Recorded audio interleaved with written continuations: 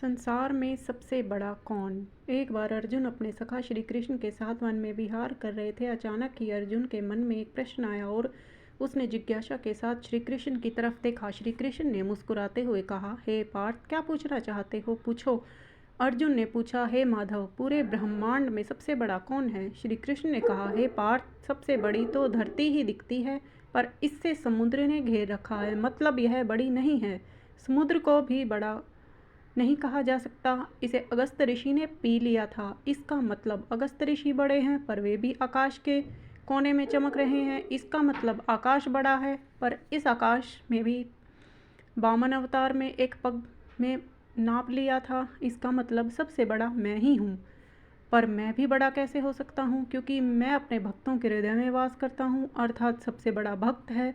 इसी तरह भक्त के हृदय में भगवान बसते हैं, इसलिए संसार में सबसे बड़ा भक्त है।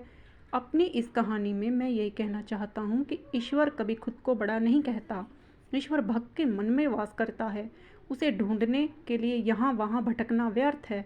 ईश्वर की चाह में मनुष्य को उसका स्थान देना गलत है। भगवा चोले के भीतर भगवान के दर्शन की इच्छा गलत है। ईश्वर सभी के भीतर है। अपने कर्मों को सद्मार्ग पर ले जाना ही ईश्वर की भक्ति है। उसकी चाह में खुद को धोखा देना ईश्वर को धोखा देने के बराबर है।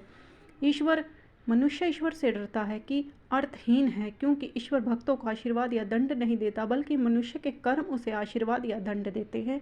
मनुष्य का जीवन उसके कर्मों पर तय है। ईश्वर मनुष्य का मार्ग नहीं बनाता, मार्ग अपने अच्छे बुरों का विचार खुद करना होता है। अगर प्रत्येक मनुष्य पर हित का विचार करे, कभी गलत नहीं होता।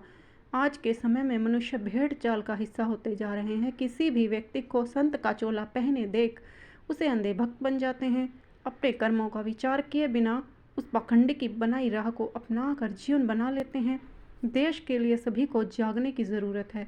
ईश्वर के रूप को सही तरह से समझने की ज़रूरत है। कहानी पसंद आए तो लाइक और चैनल को सब्सक्राइब ज़रूर करें। धन्यवाद।